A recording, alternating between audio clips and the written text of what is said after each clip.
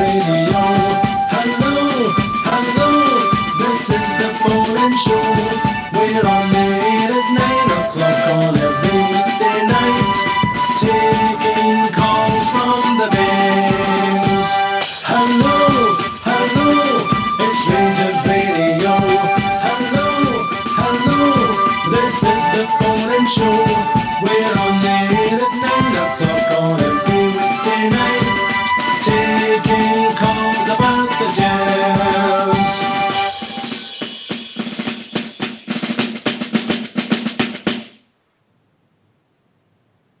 Well, good evening and welcome. Welcome to Rangers Radio. Join myself, Fox, here on the panel this evening. It's my mate Fox and Bridgeman. How we doing, gentlemen? Oh, can I say a big good evening to you boys in the panel? Huge good evening to the guys in the lobby and to all the Rangers fans listening in all over the world. Good evening and welcome to Rangers Radio. How we doing, Fox Malmucker?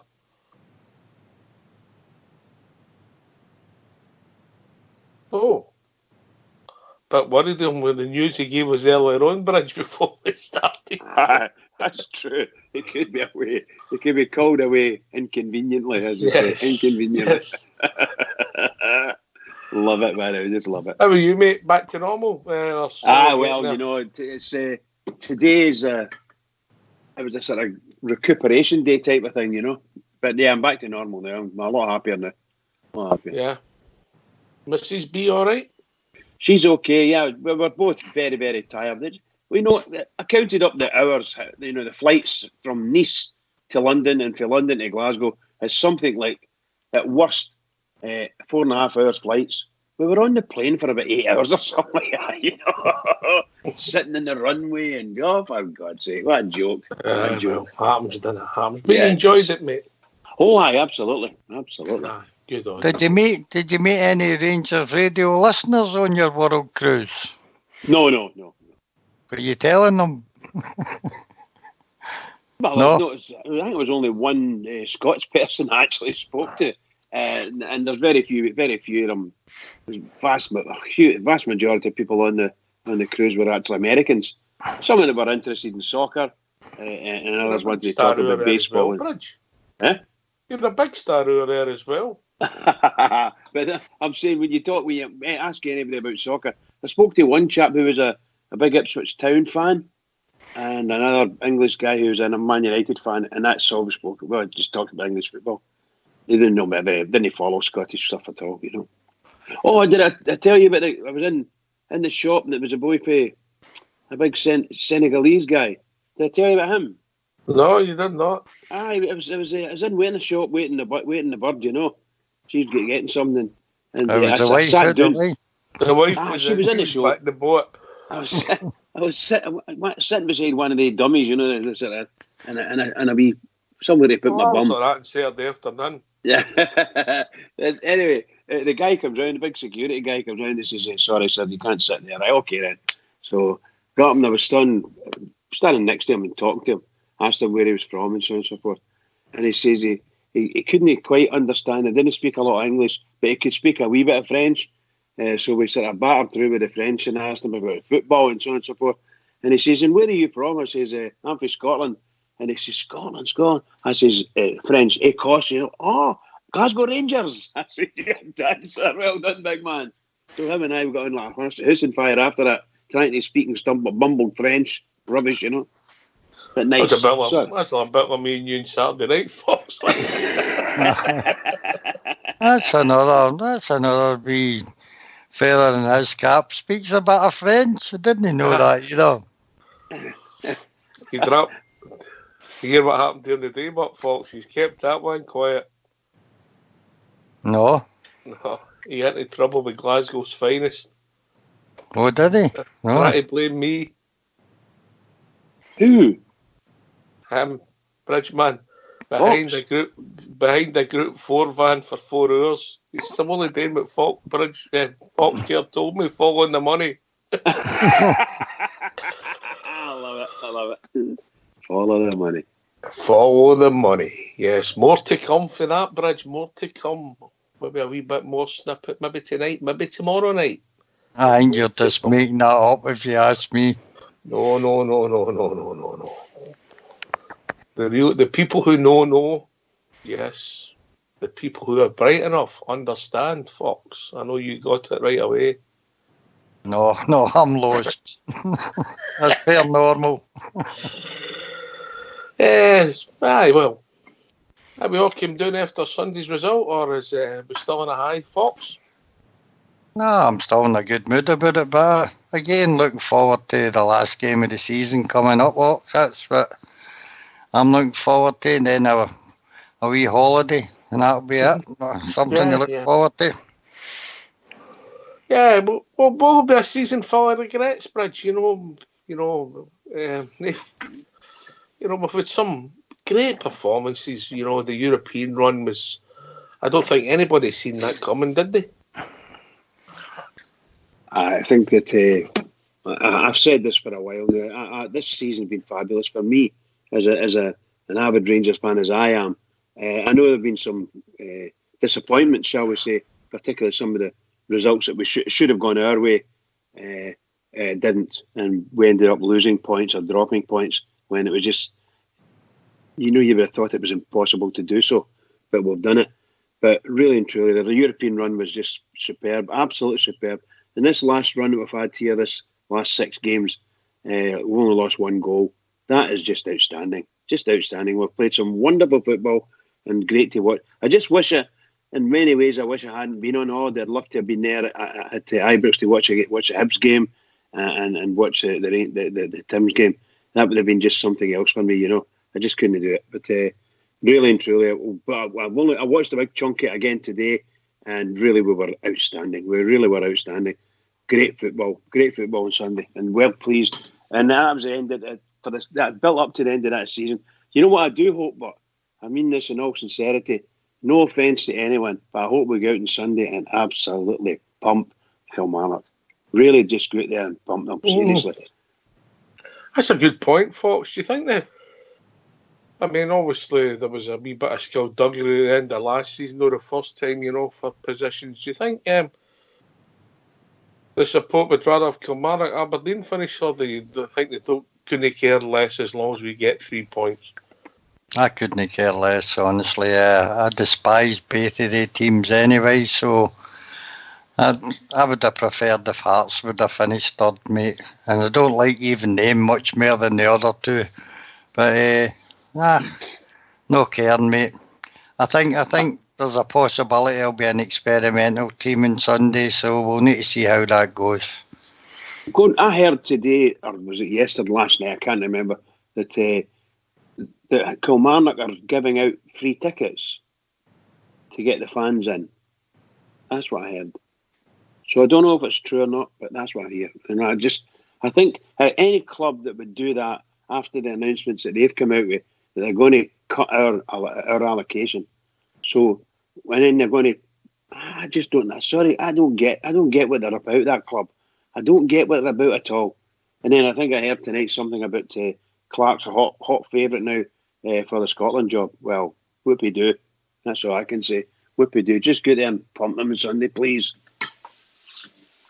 I think that they've doubled their attendance over the year, Bridge, so I've been reading. So it might be a thank you. And if it's Clark is leaving for the Scotland job, it's a wee way for him to say his goodbye. So that'll be it, I think. Doubling their support is tremendous when you listen to the words.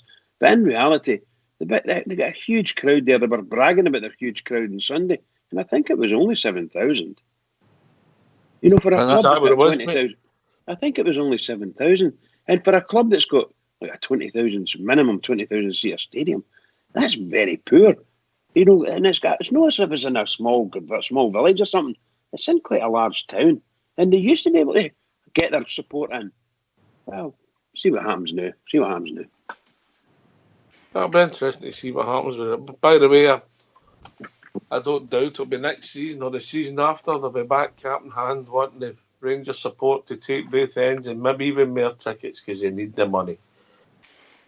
Well, they'll need the money, all right. They'll need the money. They'll slip into mediocrity again, Mox. I think they've overperformed for the last maybe 18 months, mate. The guy, I mean, I'm not a fan of the guy's personality, but football-wise and making a team hard to beat, he's done a good job. You can't take that away, yeah. Story goes, he's never paid one run copper coin for any player. Every single one of them come in. I think that's happening more and more in football now, Bridge. But you've got that's what I'm meaning. So it's not as if the massive, shall we say, had to shell out masses of money or anything like that to rebuild. So he's done a fabulous job with the meager pickings, and there's no doubt about that. He always was a good coach for sure. But I've got no time. Do you think the boy Dicker could play at a higher level, Fox? Aye, when I've seen him, he's been quite steady. That's the boy who plays at the back, Dicker, isn't it? Aye, that plays defensive mid, or he goes in. Aye. He had a couple of good games against us. Aye, probably could, mate. He's got a bit of physicality about him. He can play, but I mean, you don't see him every week, so you can't really. But any time I've seen him, I thought maybe he could do a job at a higher level. I don't know. But you know, when I look at our team, in the shall we say the improvements, the way we play in football. All right, Bridge, that's a great point. Where have we improved then? Well, the style of football is far, far better now than it was earlier in the season. Mm-hmm. So I think a lot. Obviously, that goes down to the coaching and the training, and I think we're fluid. We're a lot more fluid, and the people we brought in, few people that were brought in and added to it, getting quality and higher quality in the pitch. All of that is a good mix for us. And the way we've been going, I wouldn't want to go any other way now.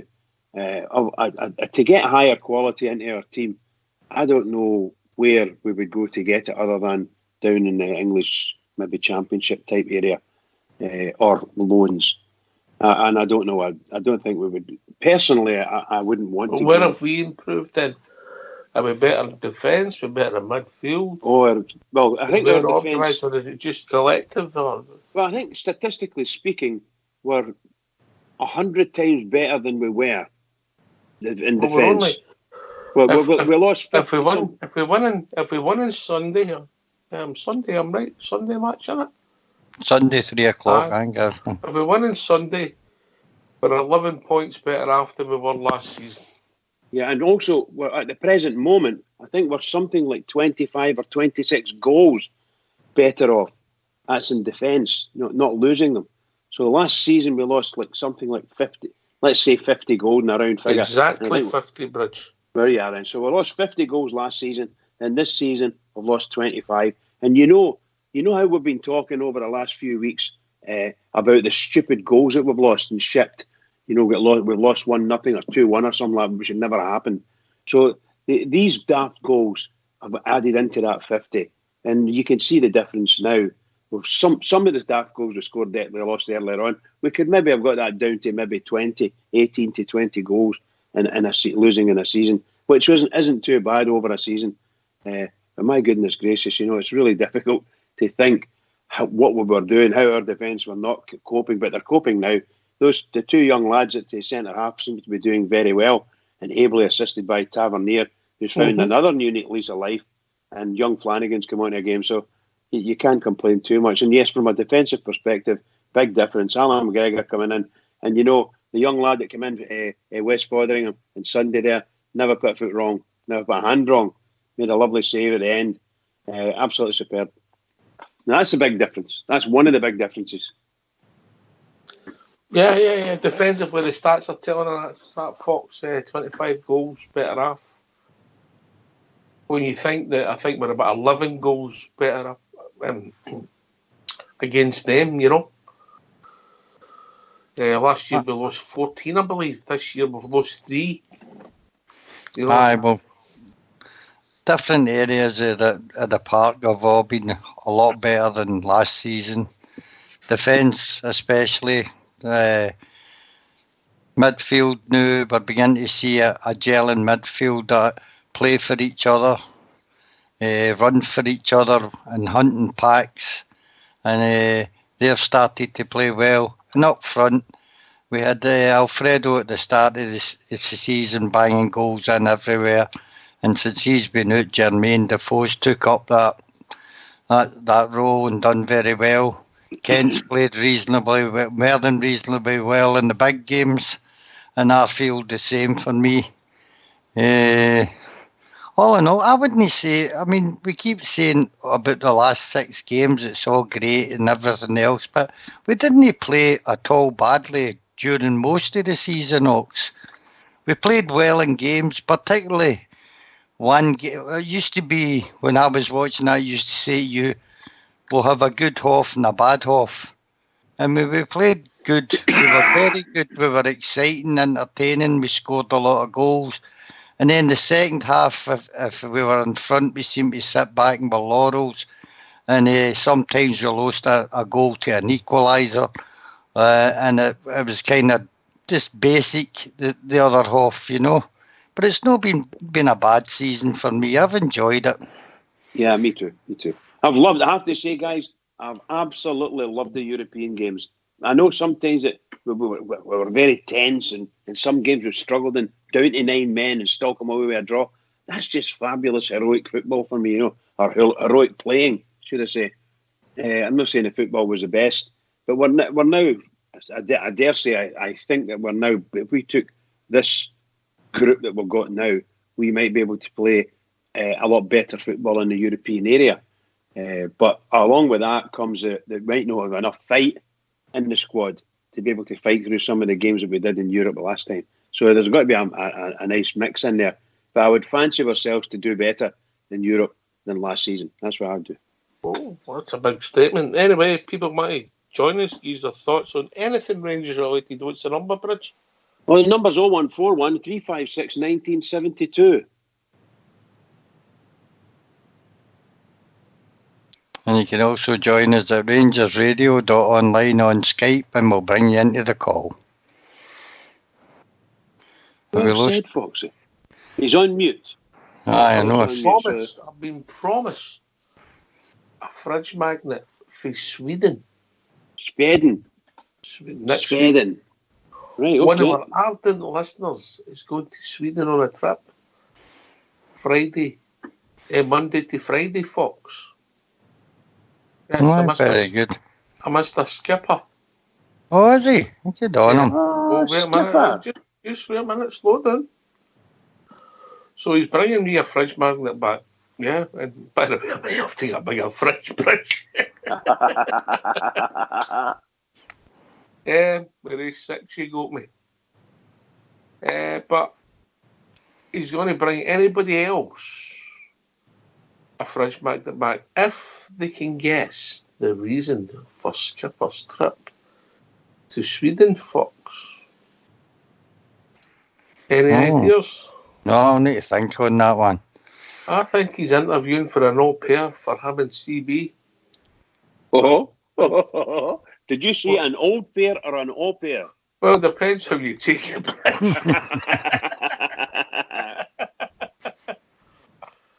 That's shocking. Just shocking. Very. So, you let that out of the bag. Obviously, you must have missed that on Saturday, Fox. You must have been busy. I never seen Skipper at the weekend. He was sitting right next to you. No, I thought you were talking at the game because we didn't see him before. Aye, I did. I seen him. That's right, Saturday night. That's why you weren't so well. Did you forget when you were dead? He was sitting 2 feet from him for about 4 hours. That's a shocker, isn't it? He's a shocker. Memory's gone. The memory's gone. We never seen him on Sunday. That's what you're saying. Aye, that's what I did say. Anyway, I can't think of any reason Skipper's gone to Sweden. None at all. Is he going visiting by any chance? Has he got a relative over there? Don't know, mate. Okay. Don't know. Is that what you're saying? He's visiting a relative? Well, that's a possibility, isn't it? It could be going over there to see a relative. Could be. Could be. But I'm sure we'll find out. I mean, this competition that you're running, When will we get the answers to this? One skipper tells us. One skipper tells us. That's fine then. Aye, it's fair, isn't Well, it? skipper's just told us no relatives, Bridgman. No relatives. So So that's you. that one out of one day. That's Thank you. you, Skip. That's you. He must be going over to scout for the Rangers. He's probably going over to scout for us to see if he can pick some wee rough diamonds in the footballing side. That's what it'll be. The Swedish places are good. The next Henrik Larsson or whatever it is, you know. Oh, thanks very much, Bridge. Henry. You know what I mean. You know me, Jonas Turner. Jonas Turner. I love Joki him. He's a Bjorkman. brilliant player. How I many liked him. Swedes we had? How many Swedes we had? Did we have a whole team of Swedes? Who was the goalkeeper? Was he Swedish? Sorensen, was he Swedish? Danish, I think. Sorensen. Danish. Danish, aye. I Don't think know he was Danish. who we had. Bjorkland, Tern. Swedish. God. Can't even think tonight, honest to God. Skipper says, I've got a wee bit of rough, Bridge, but it's no a football player. Oh, brilliant. Well done, Anyway, back to that you were saying about our European campaign, mate. Do you not think that a lot of people underestimated us? One being a Scottish team and we haven't done well in Europe. We had Gerrard as manager, but a new squad, and I think some of the bigger teams that we played were actually shocked at how well we done against them. Do you know? I mean, that team, was it CSK Moscow? Aye. I mean, they sat in against us at Ibrox, nothing each. They came and played for a draw, and the boy Gresda missed a sitter the last kick of the ball. I mean, we didn't play well that night. They did as well. They were reasonably well drilled and had some decent players, so it made it difficult for us. Wasn't really that intent in getting involved. And then we were robbed out there because was it Middleton or Morelos scored the goal when they got chopped half and it was never offside to go 4-2 up. I think Middleton. I think it was Middleton. Right before half time, you know, and the game would have been finished. I mean, Maribor, I thought right away was going to be a wee bit of a stumbling block because they'd done well against Scottish clubs. And we beat them 3-1 at Ibrox. And never get the credit we deserve, Fox. Aye. Never get the credit. I mean, the Rapid Vienna, the performance at Ibrox that night was first class. And then Villarreal were a wee bit iffy against us as well. They didn't know what to expect against us. We lost that goal in the first minute. I'm sure we were all thinking, shocker, wasn't it? Well, we're going to get beat 4 or 5 here. But the team fought back, and I think it was Arfield, him, had a chance and we could actually win the game. Aye, well, near the end, Arfield scored and Lafferty scored, when it was the other one. Aye. Lovely goal, Lafferty. Was that not the best goal that he scored for us? Well, wouldn't have maybe the only season minute. You know, but aye, Fox. I think I don't know if we were better than what we thought. Our teams underestimated or a mixture of both, but we done okay. I mean, some of the qualifiers were tense, but even in the groups, we done okay. You know, we were right in it, right to the death. Aye. You know, I don't think we got the credit we deserve, Bridge. I really don't. Well, certainly 11 games unbeaten, wouldn't we? If I remember right. No, Rapid Vienna beat us right to the death, didn't they? 1-0. When we get beat in Russia, didn't we? Aye. But it was wonderful. I mean, it's a great experience for because we were a new team basically, weren't we? And getting that together, trying to get the blend of good skillful football and goal scorers, and at the same time put the fight into the team. I think we did remarkably well, and I'm very hopeful that we're going to play even better in Europe this time. I'm really, really, really up for it. And you know, the team across the city only went one step further than ourselves. Simple as that. They only got one step further. Next, the knockout tournament, they get knocked out, done, gone. But both lost 5 league games. Obviously, we've lost a couple of games to Aberdeen's in the cup. But they've lost a lot more than 7 games this season. Fox 9 games this season. They seem to be every second week in Europe, don't they? I always remember the old chirpy Keevans at the start of the season when he was talking about Brenda, and he says Celtic will not be judged in what they do in Scotland. They'll be judged what they'll do in Europe. And then they tumbled out of that. He soon changed his way of thinking, you know. How did that work for him? Didn't he? Right. They were doing all right to run up against the Gibraltar side. Lincoln Red Imps. That wasn't this season, Bridge. No, that was saying at Brendan. That was Brendan. No embarrassment. Mind to get beat when they were over on the tour of Austria, where when they get thumped. No embarrassed. No embarrassment. Couldn't paint it. That wasn't a European tie. They get beat with them. And the Lincoln Red Imps, absolutely. Aye. It was a knockout. It was a qualifying round. Aye. And I think they beat them 2 or 3-1 at overall in the tie. But no, they're very poor. No, I'm not a bit of embarrassment about it all. We've had some very poor results under him. That's probably the worst European result they've ever had. Maybe Brendan knew it wasn't the most embarrassing thing that could happen to the club. You know, I know. By the way, you know? based on, mind you were saying last night as well, and I've done a bit of catch up today, and it's absolutely horrendous. Absolutely horrendous. You know? And still no statements to say this or say that or say the next thing. And I think they're getting fair warnings or fair comments from people about it all, you know. I mean, I don't want to be seen. Oh no, don't to score points, but as I say, follow the money with more to come. But I just thought we run in March, Fox, you know. When we I don't know if we ran out of steam or we were just struggling, you know. We should have won at Pittodrie.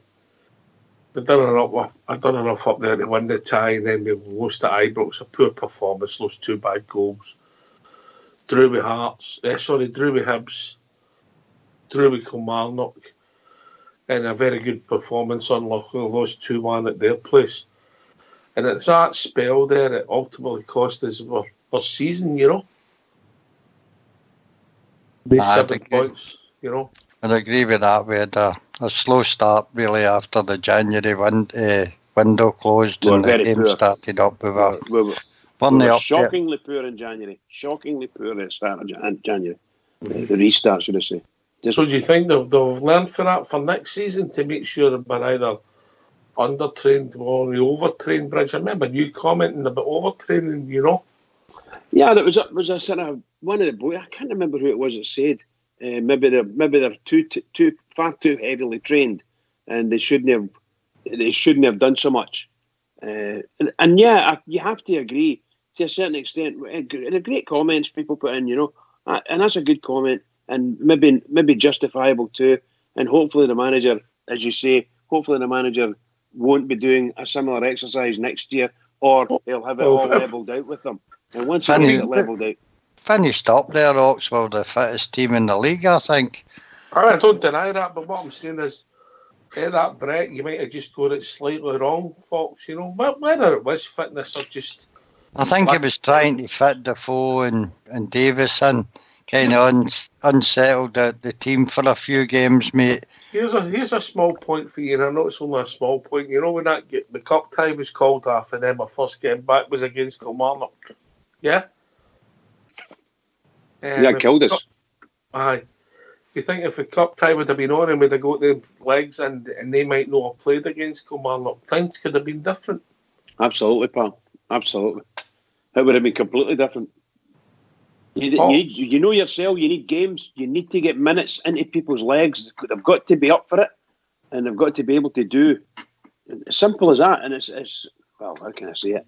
You know, when you need to play. You need to play real good football, and we should have been doing that. But that's what we should have done. We didn't because of a cup call off, and a few other things going on and about.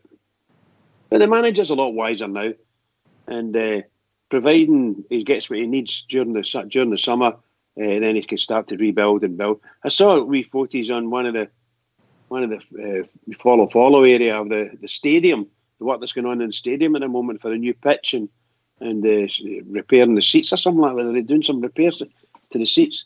It's looking great. Very exciting. Looking forward to going back to Ibrox. Aye, Fox, do you think that's a fair comment? Just that wee bit of bad luck. Things could have been different if they'd have beat Kilmarnock, you know? Aye. But I think see that we was having a break in Scotland. I don't think Stephen Gerrard would ever faced anything like that. No? And it would have been difficult for him and his backroom staff to plan for that. You know, and they'll get it right next year, mate. It was a learning experience for them this season. And I think they'll get that sort of period sorted out and know exactly what to do for next season. And it was just no getting the preparation right, probably, during that period. It made us have the wee sticky start to January and February. I mean, there was 2 games where we never scored a goal. Did we know? We went up to Aberdeen, I think. We beat them 4-2. And then we had 2 draws in a trot. 0-0 draws where we didn't score a goal in. One in the cup and one in the league. You know? Was that no St Johnson game? St Johnson was a game at Ibrox where we never. You know, and then we came out and battered Kilmarnock 5-0, and that was in a cup game, you know. Then we went in a run and we scored all 8 goals, you know. Aye, 5s and 4s. I remember back then. And then after that again we went into a couple of draws against Hibs and Aberdeen, I think it was, wasn't it? I mean, the pleasing thing about this run is it's been against the teams that are run about us. You know, we'll beat Aberdeen at Ibrox, we'll beat Hibs at Ibrox, we'll beat Celtic at Ibrox. All right, people will argue the fixtures have been kind to us, but they've had good records against us, and we'll went out and beat them, and we'll beat them all comfortably. And then we're blowing hearts away, home and away in the last few weeks. I mean, the results have flattered hearts, you know.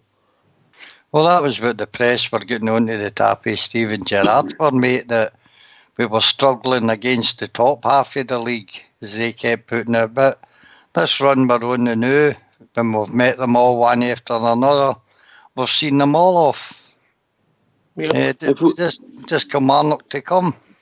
You know, if we beat Kilmarnock, which I'm quite sure we will at the weekend, then anybody who wants to write anything negative about Rangers at the end of the season, they can go away, because there's only one thing. They've got their own agenda, and because Rangers have been tremendous since the split, absolutely tremendous. Really, I get so angry when I think about these people, the things they're writing about Rangers. Shocking. It's just Rangers wrong, you know. Rangers bad. Rangers bad. Rangers. That's all they need to do. Just Rangers bad, and then they can carry on writing about their glorified team across the road, you know. Mm-hmm. So people want to join us, Bridge. What's the number? The number's 0141 356 1972. Or where else can you join us, Fox? You can join us at rangersradio.online on Skype, and we'll bring you into the call.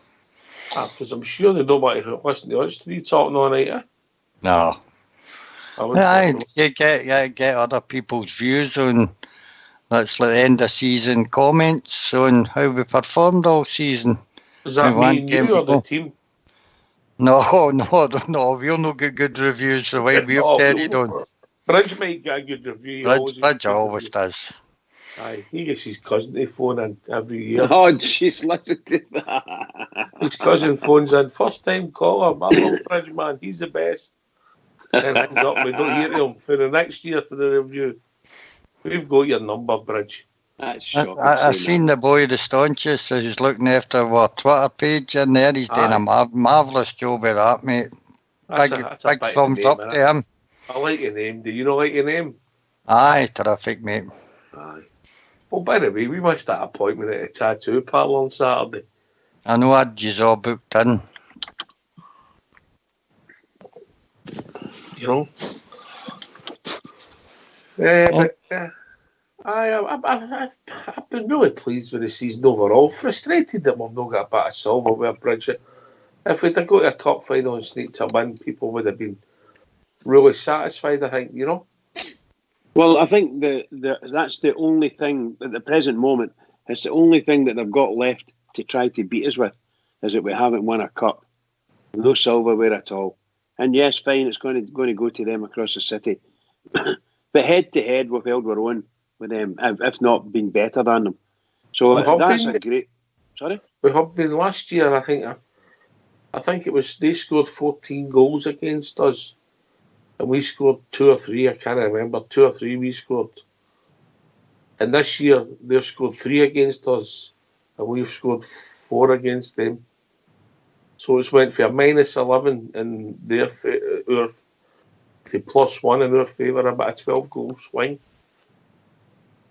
You know, I have to say, Right I now. said it last night. I said it last night. When you think about the way they talk about their players, we don't talk about our players the way they do about theirs. I think we're far more realistic about our players. We say when the player's not playing well, or we don't think he's playing. Okay, we've got different opinions, but see if somebody says that their players aren't playing well. Oh my goodness, they go after nut, you know. And you know, you get fed up listening to these commentators as well, saying the same old rubbish. As I said earlier, it's good them and bad us, and it's always bad us, no matter what it is, bad us. Whichever way that gets them leaders. The other thing we never talked about, the one downside is it was what the press is now crucifying us with is our disciplinary record. So do you think that was a major factor as well? Well, we looked and dissected that the other night, didn't we? The Morelos sending offs came quite late on in the season. Obviously, a couple of high-profile ones. I suppose the disappointment would be maybe the Morelos one in the league when we made Aberdeen down to 10 men, mate. That would be disappointing. And then, as I think it was Ryan pointed out, you miss them for the next game. I don't think my discipline has been as bad as the media have portrayed, Bridget. I don't think so. It's like we're not stupid. As I said a minute ago, we're very honest. When we see one of our players doing something daft, then you kind of shut your eyes and go, God, no, you know, because you know. And a lot of the guys came on and said that Flanagan probably did deserve to get sent off. Then that's fine. We're honest and open about that. But you know, we see that or hear the way these people are speaking about Rangers is just unbelievable. Just unbelievable. The bitterness, hatred that comes out when they're talking about the Rangers, just no real. And I don't see it the same as these guys see it. And I think I'm quite open and honest. I know I'm a bit in love with Rangers, but my goodness gracious, but never, ever, ever be like them. Never be like them. And you look at the way we've done the tail end of this season, and why have we got 12 or 13 red cards? Is it because we're that bad and that dirty, or is it because we've got some referees take the easy option and give a red card to Rangers? That's probably what it is. It's an easy option to do. Some of the red card results we've had have been shocking. Shocking. Some of the red cards will put my hands up. McCrory, Ibrox, the boy was running through goal. I feel that Tynecastle, we won the game. We won the game when McCrory gets sent off. We won the game when Morelos gets sent off at Aberdeen 4-2. You know, so it's not been as painful for us as people have made out. Fox, I think it's maybe the selection process for the next games. Well, a few of them have been for retaliation, where they've been, shall we say, struck first, and our players retaliated. McGregor one was pretty bad, I thought. Morelos with Brown, I think, set up and he reacted. But that's it. But see, Foxy, see the guys that we have had sent off or penalised or got over the allowance of yellow cards, and they've had to leave. We haven't missed them greatly. A lot of folk think that we would. The likes of Morelos there, I mean, a 4-game ban for Morelos. It sounded horrendous initially, you know. What are we going to do? Well, here we are. He can't even get back in the team in reality. you're feared to change a winning, not fear, but you're reluctant to change a winning side. I think what we've got going at the moment is pretty good. And Morelos, I think, still the best player that we've got at Ibrox overall. But he need to fight his way back in. I don't know whether he's got enough time to do it. But you don't miss them all. You haven't missed them all anyway. I think the guy we missed at times was, if I'm being really honest, and I have been critical in some of his performances, but when he's been injured and we will dissect next week, we will dissect the whole season, but Arfield's been a miss in some games. I think when he's played, we've played. Anyway, we've been joined by Mr. Global Ambassador. Evening, Big Al. Or good morning. Good evening, gentlemen. Good morning. I think you're right there, Arfield. But I think his play has been enhanced with the addition of those couple of players. I don't think it's any coincidence. Like, I think that was probably the master plan, bringing in a lot more intelligent player, bringing on certain players. I think you can see that with Jack as well, and certainly Kamara. You can see that, I think, with that bit extra. So if we get a centre half, maybe even another intelligent forward with a bit of pedigree about him. It looks like, is that Morelos? Is he Offski making some comments in the papers I just read this morning? There's potential for it. You're into the bad season now, you know what I mean? Well, look at go Fox. I was hoping we would hang on to him for another year, but I'm beginning to think that he is off, mate, myself. Just when I read that this morning, it just seems to kind of funny. I'll let you know when it's all been done and there's people looking at me and all that. Maybe that's him just trying to get some people interested in him. But look, you were saying there that the season so far, it is really disappointing. Silverware, I'd still be disappointed with the season even if we won a cup, because I want to win the league. I think that's the ultimate. We have to win the league and then we'll be back. I get where you're coming from, Alan. I think you're right. The Holy Grail, if you like, the Golden Cup's the league, you know. But we've got to. We started fair. We were so poor at the back end of the last season, and we were a broken team, mate. We guys like Martin playing for us, and we were crucifying the boy McCrory. No, we weren't crucifying him. As a team, we were crucifying him because we wanted him to be captain, courageous as a young boy and play all these positions. And the thing was broke. And we've started again. Definitely. And we're for a low base, mate. We're the best football team in Scotland at the moment. The best football team. Mm-hmm. But look, these seasons are gone now, and I mean, we didn't start off the league. We probably started off the league in a better position with the game ratios that we've won. So that created a big expectation, that European run. It certainly did for me. And then we died a death a bit. And then we got players in that just didn't hit the ground running. And now we can see, I think, as I said before, the master plan. I think that's what Mr. Gerrard was looking at, getting these players in, integrating them into a team with youth, with a certain level, like your Ryan Jacks, who's got a lot of experience. He was the captain of the Sheep, wasn't he? So it bodes well for next season, definitely. We just need to add wee bits here, there and everywhere. And I'll say again, as you say, the Holy Grail, that's the league title. And when we get that, we can say, well, we're back, and then we have to build on that. We have to build on that success and keep building on it, get our feet on the throats of all these other teams. And one of the other big things for me was the disappointing results against the smaller teams, where we have to. I mean, we've seen the standards against the molesters. We have to up the standards against the lesser teams that we pick. We've dropped 5 points, 3 points away to Livingston, and 2 to a very, very poor Dundee team who had 10 men for the majority of the game against us. Yeah. There's 5 points. I know. I mean, I know they went there and drew with Livingston, and everybody's got butts and babies this season. But they 5 points, mate. They're 5 points that we shouldn't be dropping.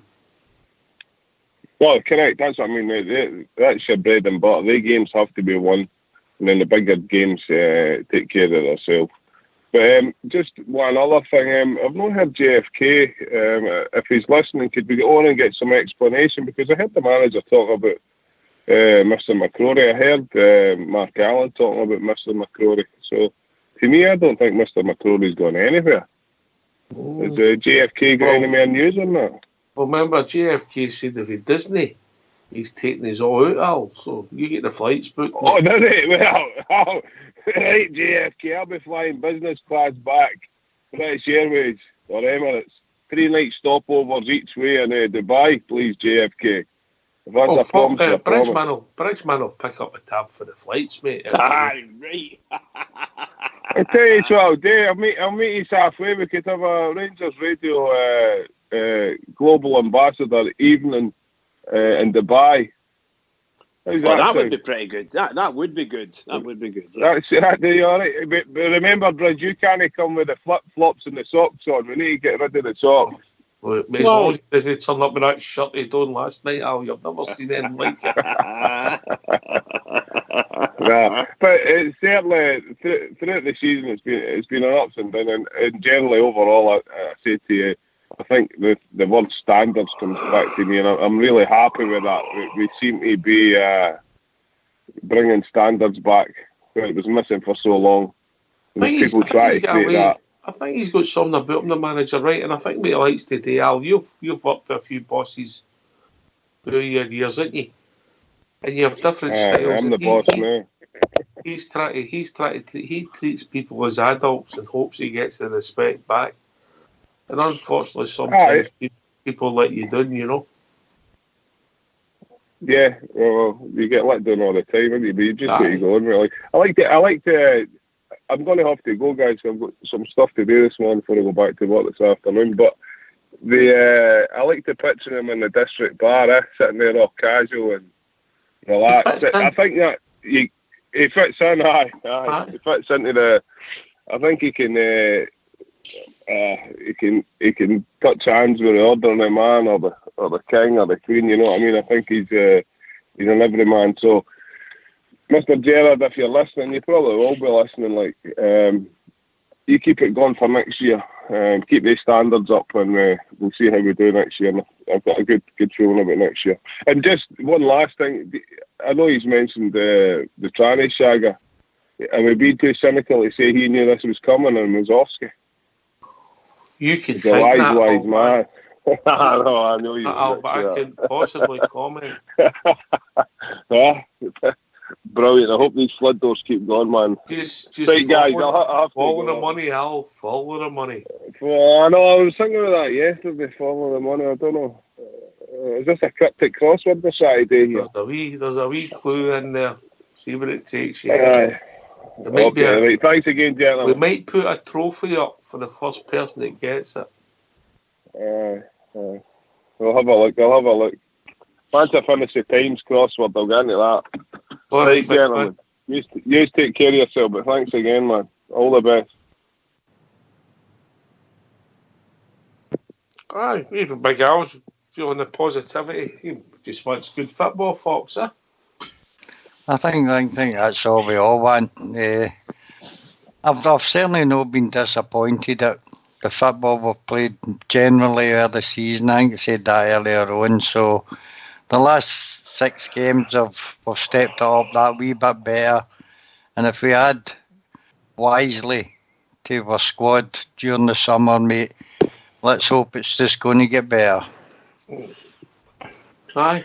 How many points do we need, Bridge, for next season? Another dozen? I would suggest you're looking for at least a half a dozen more.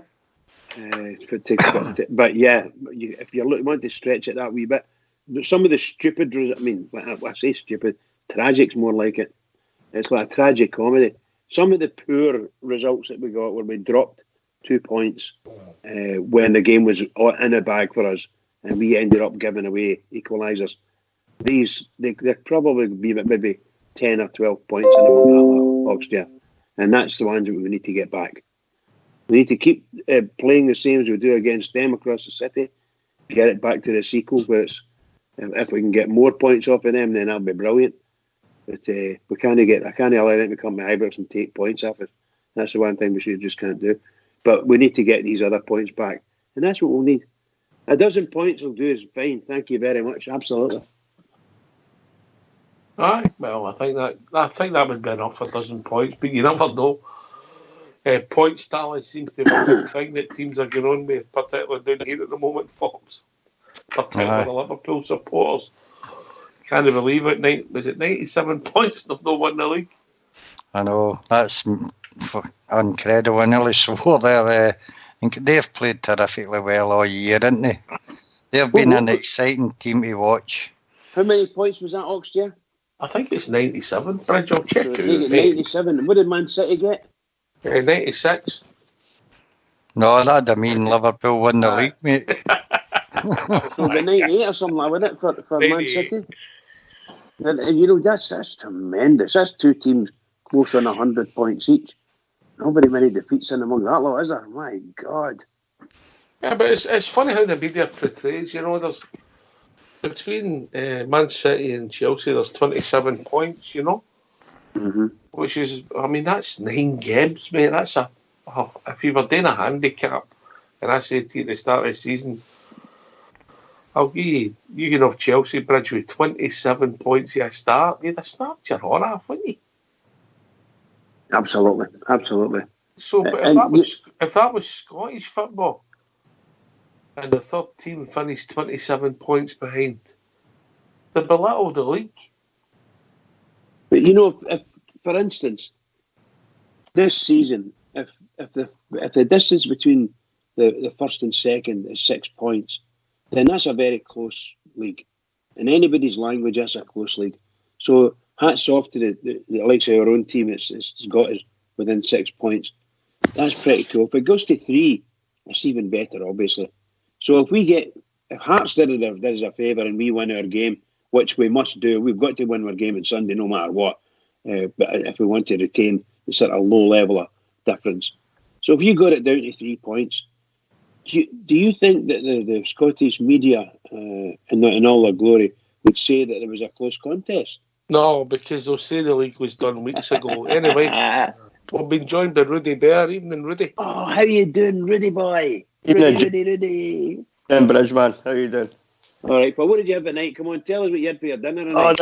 I had a nice beef. He's had his supper since then, Bridge. Come on. No, I thought maybe that was him just back in for the restaurant with his missus.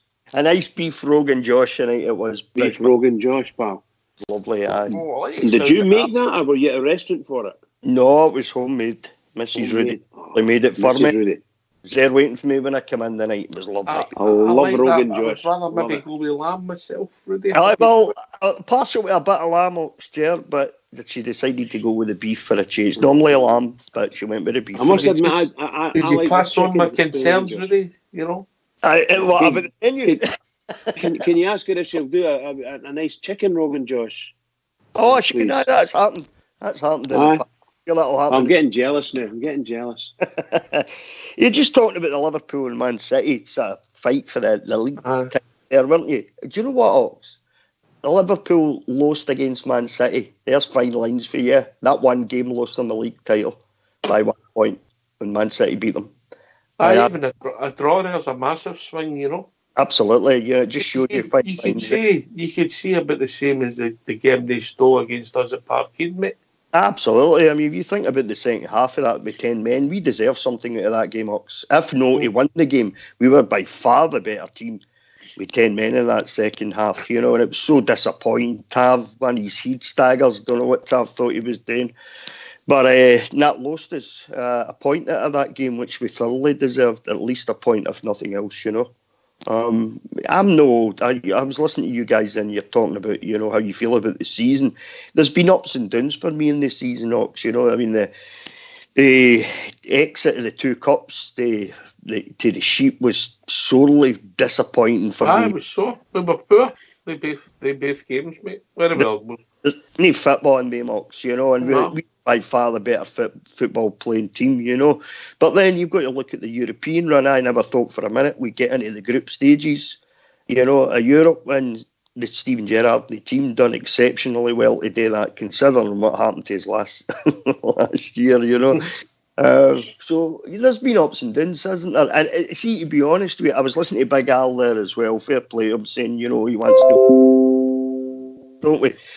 But if I have to be perfectly honest, you know, about it, I think deep down I wasn't really expecting to win the league this season, you know, because it's such a huge rebuilding job for Gerrard and Mark Allen, you know.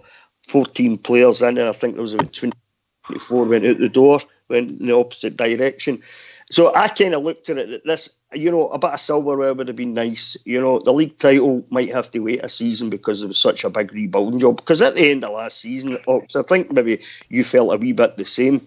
I couldn't wait to get the season finished come near the end of the season. You know, I really just couldn't wait to get it out and done with. It was, you know, so I would. Listen, I want to watch Rangers every week and watch them, you know. Yeah. But there was times the back end of that season when we played them, the semi-final, you know, watching behind the sofa, really, you know. Really were. You know, as you look at the, you know, some of the absolute drubbings we took, it was nothing short of an embarrassment. But you weren't even surprised. You sort of knew it was coming, eh? Felt it was coming out, definitely. Yeah. But anyway, we've been joined by a caller already. I'll come right back to you. Not sure who the caller is. Evening, caller. It might be. How we doing, mate? All right?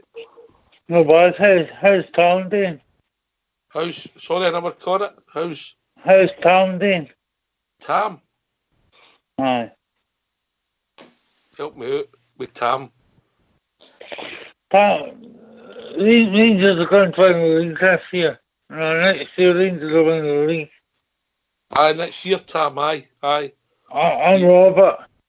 Oh, Robert, so you think Rangers will win the league next year, Robert?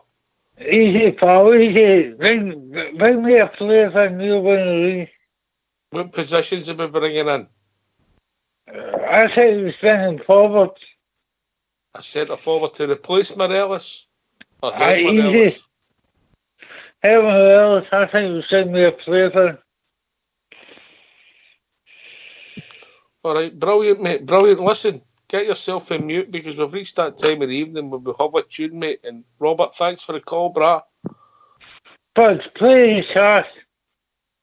I'll see if he does that. I don't know if he plays requests, but you never know. Ask him. I've just done it. Thank you. Cheers, mate.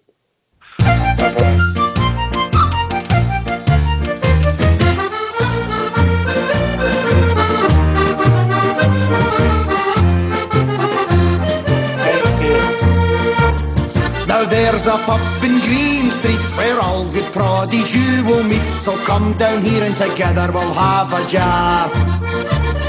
A welcome there you will receive, so good that you won't want to leave. A fine wee pub is Falcone's Mermaid Bar.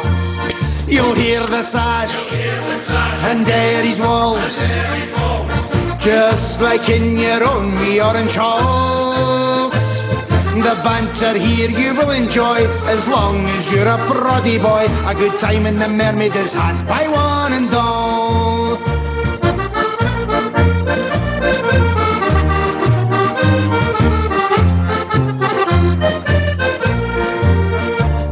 We all support the Queen and Crown. The prices here are the best in town. The bar staff, they are one terrific crew. Everyone laughing, full of cheer. It's one tremendous atmosphere. Singing to support the red, white and blue. You'll hear the sash and Derry's walls, just like in your own wee orange halls.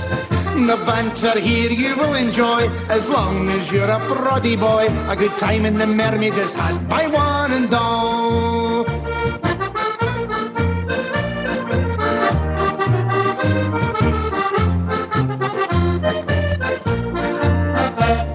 It's nice to come to the Mermaid Bar when Rangers are playing at Tybrook Park. You'll forget your worries and all your cares.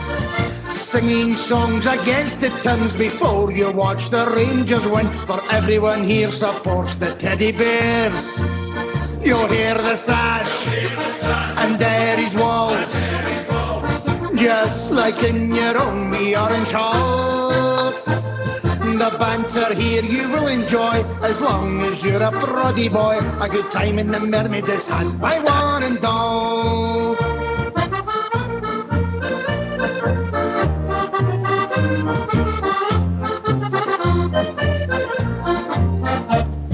If you are up from Belfast town, Tyrone, Fermanagh or County Down, Armagh, Antrim or London, Derry shores, the Mermaid is the place for you, so come and have a drink or two. Next time in Saltcoats you'll want to come back for more. You'll hear the sash and Derry's walls, just like in your own wee orange halls.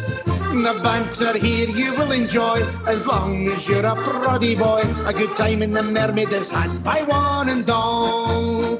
You'll hear the sash and Derry's walls, just like in your own wee orange halls. The banter here you will enjoy as long as you're a proddy boy. A good time in the Mermaid is had by one and all. A good time in the Mermaid is had by one and all. A good time in the Mermaid is had by one and all.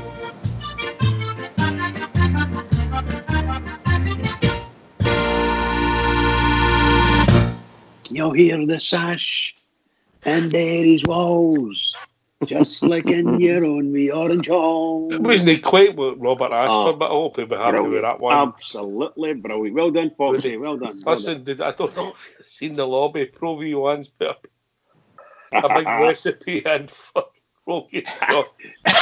Put it in there. He's trying to sell it. He's trying to sell it. Here's a serious question for you, Rudy, right? Oh, a serious man, on you go. Aye. Are bay leaves overrated? Bay leaf? Aye. Bay leaf. Yeah, they always ask you to put them in these recipes, and what do they actually do? I don't really know. I mean, they taste horrible. They're like wee bits. They're not meant to eat them, Bridge. They're like wee I bits know. of cardboard. Apparently, you're meant to take them out your spag ball after it's done its business. You don't leave them in. But so I'm asking a question. Are they overrated? Aye, they certainly are. Very much so. I must admit, though, my wife, when she does the cooking, and certain things she's cooking, she puts the bay leaves in. And when she first started doing it, I kept complaining about trying to eat. I go, what the hell is this? I'm trying to eat. They're not meant to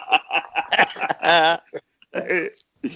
Typically ignorant man, you know. They're like wee bits of cardboard, Bridge, aren't they? Absolutely. Don't put anything in here I can't chew. Oh dear. Next minute. All right, so if anybody can help me with that. Eat Are that. bay leaves overrated? That's a fair question, isn't it? I would think so, aye. If you're on a cookery programme, aye. But some recipe, Pro V1, I liked it, not bad. Jeff G in the lobby says bay leaf trees cost a fortune.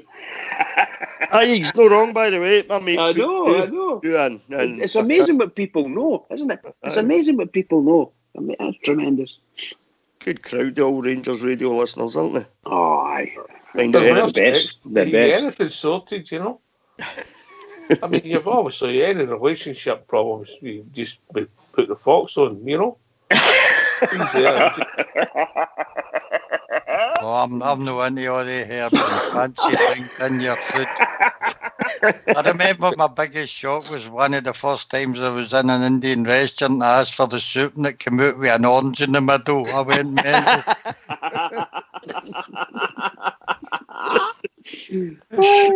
Orange and lentil soup. Ronald Bell in the lobby says you just take your teeth out and suck it, Bridgeman. Oh, this is good stuff. You sure he was on about something else, Bridge? I don't know what he was on. I'm hoping it was a bay leaves.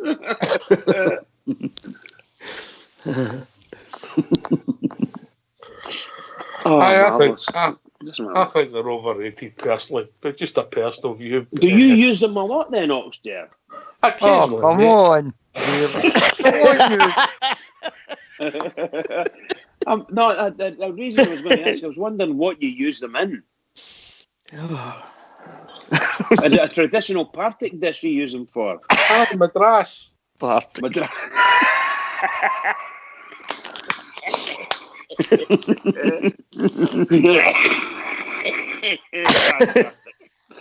You alright? Sorry about that, guys. Well done, Oxdale. Aye. Oh, we enjoyed me Denver. That'll put an end Oh, to he'll this tell you bay about leaf them. crap. Come on. Hey, Oh, he's away Denver again. beer. Let's get an American version of it. He's away again. Don't know He'll what be happened there. No. He'll be back. Denver will be back.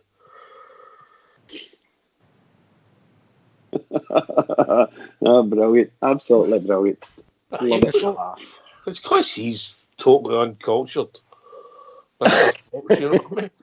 Uncultured. Oh, mate.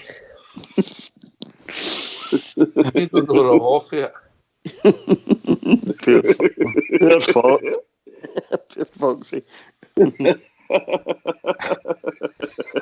Right, back to the football. Come on, Rudy was making a great point before you I started do with apologise, Bailey's. Rudy. I must have Wait interrupted. a minute. Yeah, we're only going who was in the lobby. Pro V1 put it in the lobby. So it's fair game. And the question I asked was, are bay leaves overrated? Fair question.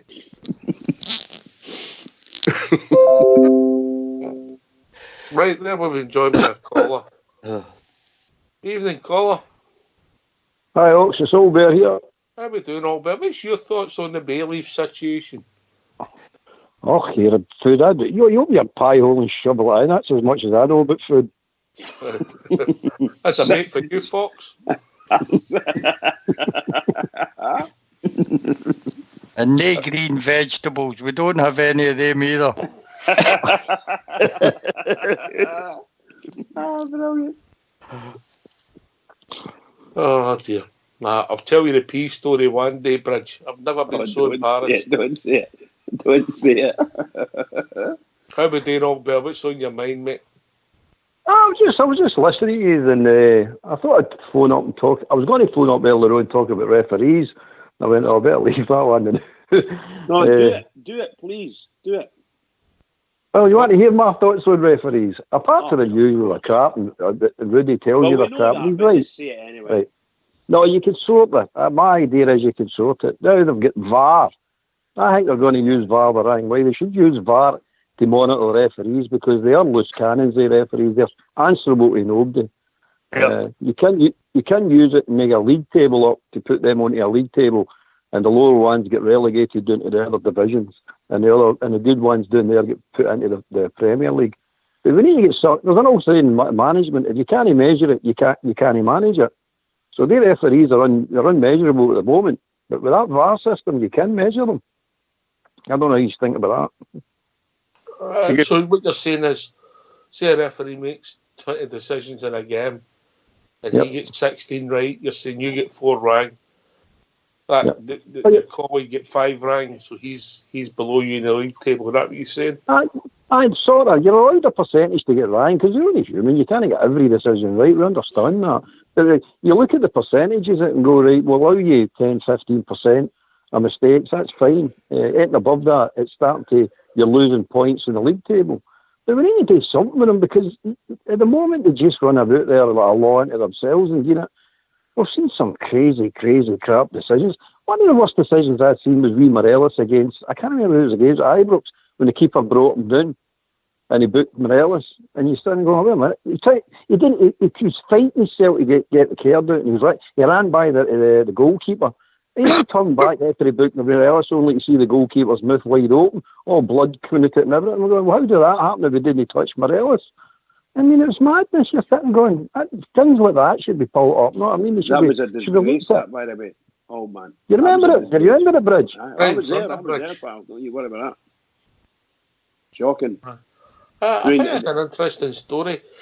I mean, I don't think there's any talk about bringing VAR into Scottish football. Obviously, set the slew already, but we're comfortable with it because all we want is fairness, sir. Aye, well, I said at the beginning of the season, I wasn't sure in the run-up to the World Cup, Ox, what I thought about VAR.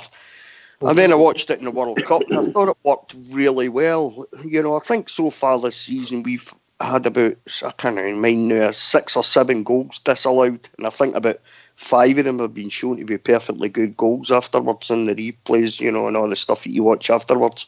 And I said at the beginning of the season, I'd be quite happy to bring VAR in, you know, if it was affordable. I don't see it being affordable in Scottish football, but if it was, I'd be quite happy to bring VAR in. And Albert's right. Some of the crazy refereeing decisions, you know, you're talking about Morelos there, Albert. I remember him against Aberdeen. Clancy booked him for diving against Aberdeen, and it was a bloody penalty. He should remember that penalty, and he booked him for diving. And you think, you're right. I mean, I've made it known perfectly well on here what I think about the referees, 1 or 2 in particular, but in general, they're absolute garbage. The referees. One of the things they tell you, Rudy, I know, is they tell you, the referees tell the players, don't be emotional, don't get involved in things. The referees are actually the most emotional people in the park. You watch the way they react to things, you're like, get a grip of yourself, mate. Take a step back and think about this. Albert, do you think that's the thing, that some of the experienced, good referees we've had in the past, you never used to know or see them on the park? You've got a lot of referees that seem to have a bit of... Well, these young referees, these pop socks, they don't realise that a good referee is a referee that's no notice. They think that they've got to be the star of the show. Aye. Yeah. They've got egos, mate, yeah. Yep, big time, absolutely big time. Well, see if you put a system in that I'm talking about, that every decision they get, in the Premier League I'm talking about, it gets reviewed with an independent, now let's stress this, an independent body, no tie to the SFA or anything like that. An independent body, no tie to any Scottish clubs, to look at their refereeing decisions and make a fair judgment on what they're doing. Sorry, mate. We need to send the videos to China. You're not going to be complete impartiality, I know that, but you got to strive to get as much impartiality as you possibly can. To make it fair, I mean, look at that boot up there at SFA, that compliance officer. I mean, that's a clown. She's just a total and utter clown. And there's a wee sample of trying a new system, albeit it's been in a decade, you know what I mean? But look how wrong that's going. It's madness. It's total madness. The reason why it's went so badly wrong, Albert, is because of the agenda at the SFA. You know, never once... The 3 compliance, you look at the 3 compliance officers that's been sat in that position, not once has there ever been anybody that's independent sat in that position. It's agenda-driven, the position. It was when they created the referee strike and demanded that position to be created, because that's how it came about. So I look at the 3 compliance officers, mate, and that tells you everything you need to know. They got what they want. Sorry. I was just going to say, one of the boys in the lobby, Jeff G's put in the lobby that stat that's quite blinding. And it's saying Septic have been cited 48 times in 10 years and have never been found guilty once. Not once. You look That's a tremendous stat, isn't it? It's scandalous, Bridge, man. It's how can that be fair? Is there any fairness in that? No way. It doesn't even come close to being a fair system when that's the case. If you look at it, I think you're sitting at the top. Punishments by the compliance officer, and they're sitting at the bottom. So what you're basically trying to tell me is, or they're trying to say is, in a league where we've got the likes of Motherwell, Kilmarnock, Aberdeen, we're sitting at the top of that. A Wendy's piece, you know what I mean? You got to remember again, Roddy, see that league table, what I'm led to believe, if you become like the bottom or top, well, it depends on the way you look at it, but you become the team with the least amount of bookings, the least amount of red girls. There is a financial gain on this, so it's a revenue stream. It's no unusual. It's no a big surprise that they're coming at the top end of it all the time and getting the money. I mean, that Lywell was hoovered in every bit of cash in Scotland it can be hoovered in. Trust me. He's even rifled money out of the playoffs. Remember that kid on viewing the playoffs and the telly deals? Not even rifled money out of that as well. I think I'm right in saying they actually get more money for our players than we actually got. That's right. Are you saying follow the money there, old bear? Aye, follow the money. Don't you start that follow the money again. By the way. She's got me looking a bit for us, and I'm saying, calm yourselves. But I think it was you made the point the other night, Albert. Where is the rest of the clubs in this? You know, where's the Exactly. Aberdeen, Motherwell, Kelly? Why are they just sitting back and accepting this? You know, and I'll tell you why, Rudy. I'll tell you why. Because see, if you look at the whole situation, by the way, it's a nice wee comfy arrangement everybody's got. It's really, really comfortable. And there's only one team in their wee club, and that's us. For example, that's silly Aberdeen. The animal abusers out there, they've turned around and told us for the last 6-7 years they've been Celtic's nearest rivals. What other league in the world, by the way, does your nearest rival tell you lend them players? They're lending them players and they're calling themselves, I mean, hold on a minute. And then when Rangers get into the league, only one team they get weakened against us.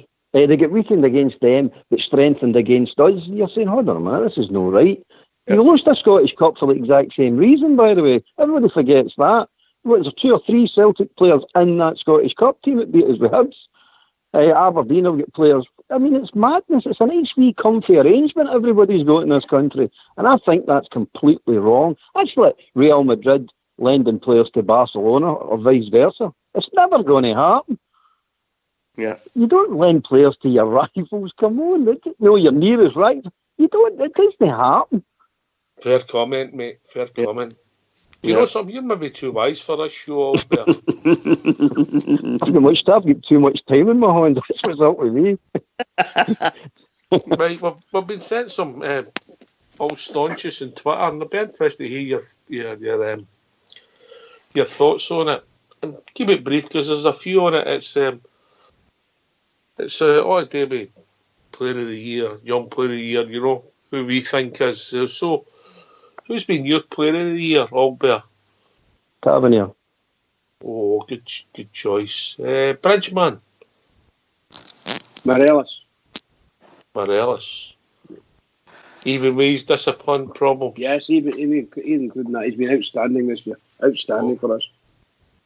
All right, okay. Fox. Tav. Oh, no, I hope this isn't going to be a tie. Rudy Bear. 17 goals and 20 assists from a fullback, Tav. All right, so Tav's got it then. 3 for Tav. That means I can sit in the fence.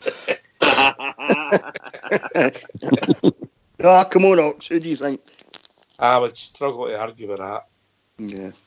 I would struggle to argue with Tav, mate.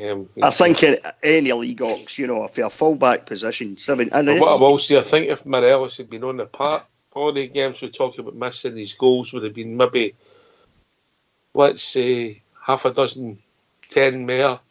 You might be looking at it differently, but consistency. Yeah. Well, apart from Tav's mistake at Parkhead, I'm going to ask you a question here. Apart from that, leave that aside. Do you think Tav has taken his performances onto a new level? I really do. I really do. He's been consistent. I'll say that. I can't remember another wicket. You know, I think. Sorry, I thought you were. When you go, Bridge. I was going to say, I think if you look at the players that are in our midfield now, it gives a lot more support for Tav to batter forward, and some of his crossing are getting whipped in very well. And from a player from 3 years ago who was scoring quite openly and freely to where he is now, the man's an athlete. He never stops. He runs all the time, and I think it's fantastic. I love it with bits. I think he's great. He's great for us. A year ago, I would have said sell him. That's how up and down it was. But this season has been tremendous, really, really good. And look, we know he's got any attacking football. Their weakest point is their defence. But when he gets back and he gets his tackles in, he does okay. I really do think he's great. I was one in Albridge that says if we go over 6 million, he has to go. Now I'm changing my mind. I'm telling you right now. I think all the squad at the moment, I'll leave Kamara aside because he's just there. But the whole squad that we've got at the moment, he's the only one that's unsellable. Fox has thought that for a while. Can't argue that. Fox has thought that for a while, you know. You've got. I think, as I said, I think you've got to look at his assists, especially 20 assists. It's phenomenal for a right back position. I mean, think how do you than the replace goal that? scored because of the amount of penalties, mate. Exactly, Ox. But how do you replace that? You know, if you sell Tav in the summer, that's going to take some going to replace that 20 assists alone. You know, so I would hate to see Tav go. Yeah, funny as Bridgeman was saying there, end of last season, I could happily have seen him go end of last season. But this season, no, I think he's really come into his own under Steven Gerrard this season. I'd hate to see him go now. It would be interesting to see. You mentioned his defensive play, Albert, yeah? Yep. How much Alan McGregor's had in that with the barking and the instructions? I mean, there's all the coaches he's had, Alan McGregor, even the big Ghost and Katic and next to him. All helps. There's no doubt about that. And you've got some of the midfielders especially the holding midfielders, starting to really understand their job. You know what I mean? That all helps. It all brings them on. Because at one time he was left high and dry up that park and everybody was greeting and moaning, shouting, no, he should be back defending. Well, you can't have both. You can't have them both places. He needs a horn. He needs to be covered when we need to cover him. But my problem was his defending when he was back. He was a wee bit ropey, he really was, but I can see an improvement now. I'm not saying he's a real deal when it comes to a defender, but there is improvement. You can see it. Big Stevie for the drums joined us. I'll see if he wants to say a few words. I know he's just listening really because he's struggling with his Wi-Fi. Evening, Big Stevie. I hope everything's going all right. Your end of the world. Everything's bang on, Ox. We're having a great time out here. You know, the convention starts tomorrow. We already register, and then we're down to a beach, a boozer on the beach, where we're going to get introduced to what's going to be happening for the next 4 days. I was starting with wee Greg Docherty today, having a wee Coca-Cola with Greg, and just chatting away. It's been really good, mate, you know. But again, I'm back in my room, no Wi-Fi, and that's why I have to phone in and listen to the show, buddy. So I'm just going to lie here. I'm burnt to death. I'm cooked right through, to be honest. So I'm just going to lie here and listen to your dulcet tones. With your tan skin, I find the sun must be quite warm, you know. Well, I went topless today and the tide went out and when I came back, so I don't know what's happening there, you know. But I'm definitely cooked right through, Ox. I'm lying here covered in cream. Just the weather's been brilliant and the people we've met, it's just absolutely brilliant, mate, you know. So I'll let you carry on and I'll just listen. And okay, buddy. Cheers, mate, but just young Greg Docherty, gentleman. Oh, aye, 100%, aye. Okay, I was just talking about his time, down in Shrewsbury and that. And he done well down there. He was saying he enjoyed it, good people and stuff. And he was with I think it was his man Di, he was with her here, you know. He was just saying there's a wee bounce game out here, the Scottish select versus the Greek select. And I think he's playing in that. He had to ask for permission to play in that game, you know. But apart from that, it's just chaos and about, you know. You get a couple of minutes for the boy, you know. But I don't know, mate. You know, we've got a midfield there now. Can we see the boy fitting into that midfield? Would he be a good sub, a good pool player? Did he really get a good chance when he was there? I don't think he did, mate, you know. But only time will tell regarding Greg, you know, Greg Docherty. All right, mate. You enjoy your evening and get yourself fit for the morrow. Oh, I'm trying to. I've had an early night because I want to enjoy tomorrow, mate, yes. And again, brilliant. I'm looking forward to it. And the rest of the players, being Nacho and all that's coming out, I think they're all going to make an appearance. So I'm really looking forward to it. I'll keep you posted, guys. I'll give you a wee update each night. Okay? Thanks for having us again. And I'll just listen in, boys. All right, mate? Right, Ox. Cheers. Cheers, mate. I think Tav deservedly won that. Funny, he wasn't mentioned in a lot of the actual player of the years. Morelos won them and that. Young player, we've not that many young players shone this year. I think that would be between McCrory and the boy Kent, if I'm being honest. Well, I suppose Worrell and Katic are still young. Aye, they're young enough, aren't they? I would go with Kent. Kent all day long. You know how I feel about Kent. You know, I'd do anything to keep him here. And even if that means just another season loan, then so be it. You know, I think he's one of the very few players that when he gets on the ball, you get up at your seat. You know, he scares defence. He's rigid at times. And I know he's been a bit inconsistent this season. He had 2 months out, didn't he, just before December, I think it was. He had 2 months out with an injury. Came back and terrified them in the game in the 29th, so he did. And I know he's been a wee bit inconsistent, but he's a young player. He's going to be like that. You just have to accept that for a couple of seasons, you know, until he matures a wee bit. But he's an exciting young player, so I would go with Kent all day long. Bridge?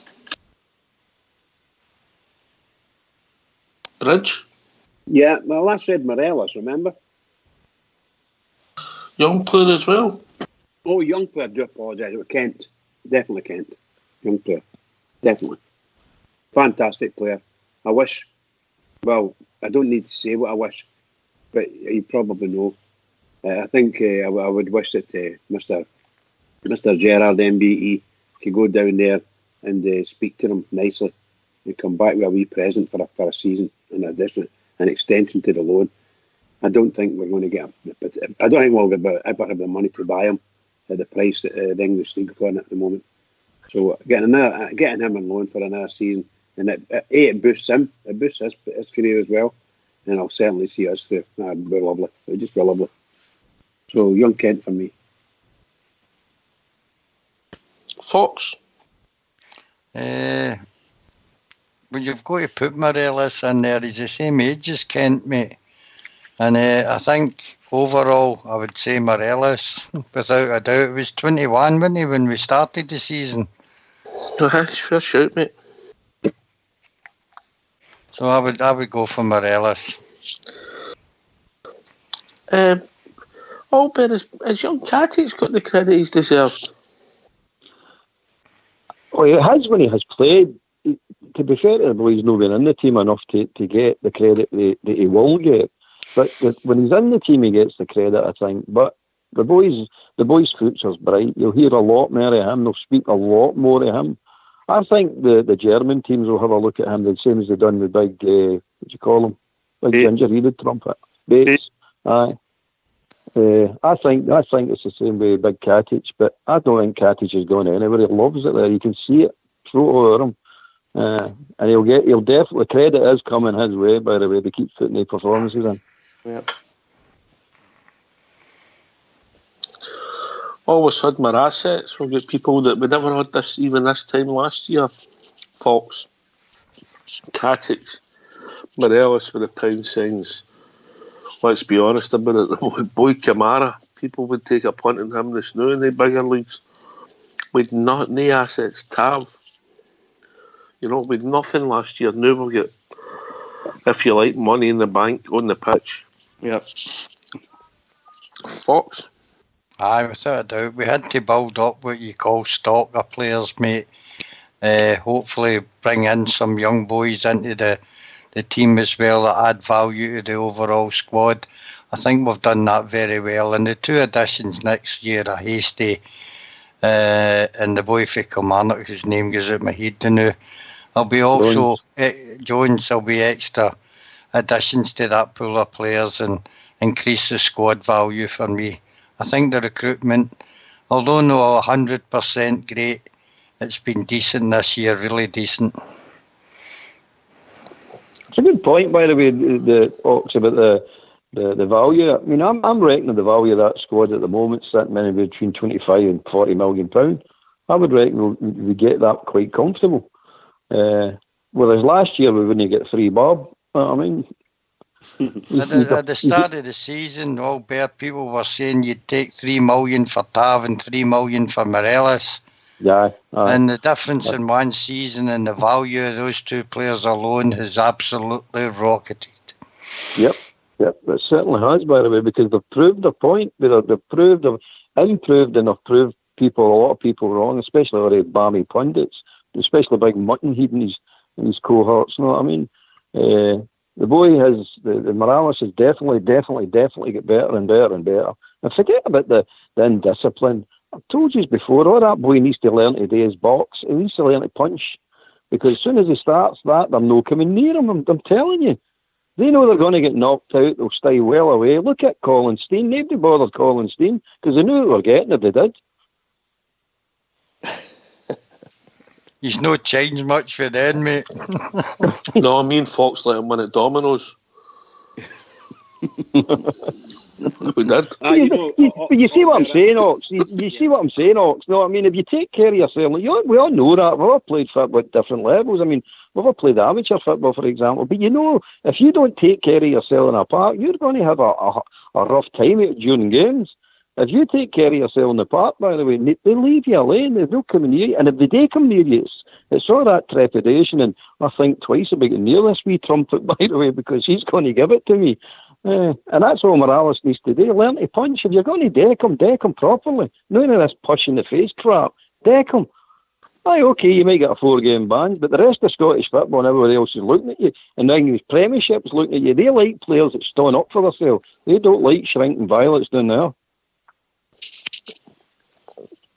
I think if I'm advising Morales and Defoe's there, I'm saying, son, if your career, I says, well, I'm going to ask Rangers for another rise to keep you here for another year.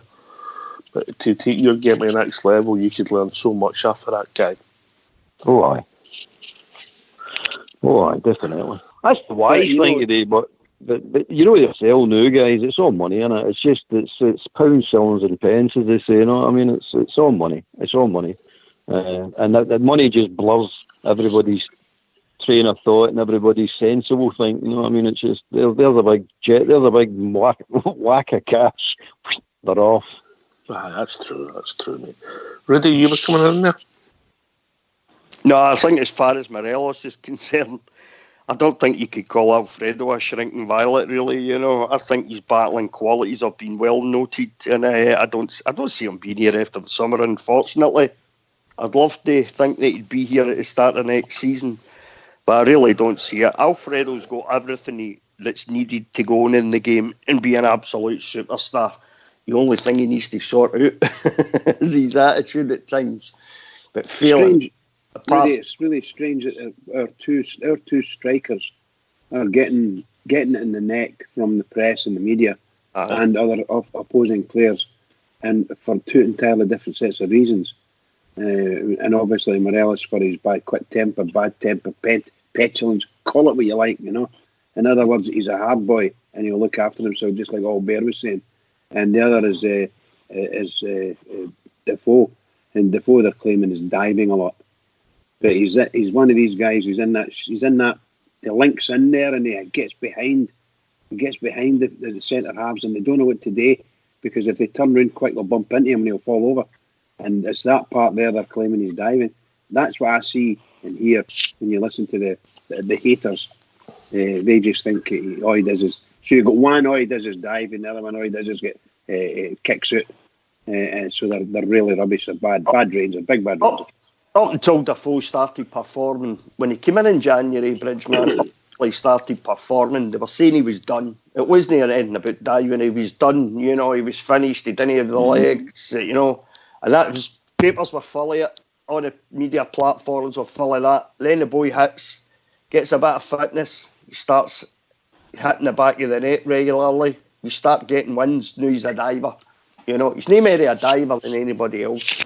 Correct. No more a diver. But this is, if they've got nothing to have a go about negativity-wise, they'll just make something up, Bridge. And that's what they've done. They've picked in one wee thing with Defoe. We know what they've done to Alfie all season. They've picked in one wee thing with Defoe, and they all run with it. Everybody runs with the same thing. You know, there's a load of sheep. They just... Can I ask a question of the panel? Just this is honest, I'm not being funny. How can that wee boy Forrest at Celtic get Player of the Year ahead of Alfredo Morelos? I cannot believe it. I just cannot believe it. How come Tav never even got a shout, Bridge? Never even got a shout. For full-back position, 20 assists and 17 goals, he doesn't even get a shout. I think Rudy's answered that. Talking about signings then, who's been Gerrard's best signing? And obviously, there's a flip side to that, maybe arguably who's been the worst or the biggest disappointment. Fox, then Albert. Best signing? Oh God. Value for Murray. Most people would say Kamara at this time, but we only came at the new year. So, God, it's so hard, mate. I don't know. Best signing? Probably Arfield, mate. And I think he was coming before Stevie G, but yeah, that's a fair comment. And what about the flip side of that coin for you, Fox? Grezda. Forgot about him. Albert. Oh, great. It's hard to say anything against Dresden, you know what I mean? He's not done anything to just say anything against them. I mean, he's not even on the park. But anyway, I think best signing, probably Kent. I was going to say Arfield, but just to stir it up a bit, I'll say Kent. Is that valid? Because he's only on loan. Are you saying the most disappointing or the worst signing ups? Both, mate. Both, whatever you think. The most disappointing signing for me has been Barisic. Because I expected so much more out of that boy and he's not produced it yet. The way Grezda, I think he's been... Between him and Lafferty, who's the worst signing that we've had all season, to be honest with you. But most disappointing is definitely Barisic to me. All right. Rudy? Disappointing. Barisic, worst signing for me. Lafferty, because he should know better. He played here before. He knows what it means. He knows what that badge means. He knows what it means to wear that badge on your chest. And he knows what it means to put in good performances and win silverware. And he's just not showed up, in my opinion. Really hasn't he showed up. He'll be gone in the summer, Lafferty, because we can't afford to have him about as a passenger just because he's a blue nose. Best signing for me, I'm going to go with Kent again. I'm just going to go with Kent again. As I said, I want him back next season, whether we buy him, whether we get him back in a season-long loan again. Either way, I want him to be here come next season. So, best signing for me, Kent. Because I think I would have said Arfield in the last 6 games or so, but I think, up until, sort of last 6 games, Arfield let us down a lot, in my opinion. A lot. He let us down a lot. I didn't think we were getting anywhere near what we should have been getting at Arfield up until in the wrong position, mate. Well, that's right. He's in a position now where you can see what you see what he's all about, Albert, and his performance has been superb. None more so than the weekend there. He was outstanding at the weekend. But then in the 5 games previous to that, there were great performances in there as well. So, I'm going to go with Kent. I've changed my mind, by the way, worst player. I've changed it to Sadiq. Forgot about him. Sadiq, Bridgman. Yeah, Albert just said it for me. But the worst signing, I would imagine that Mr. Gerrard will ever make.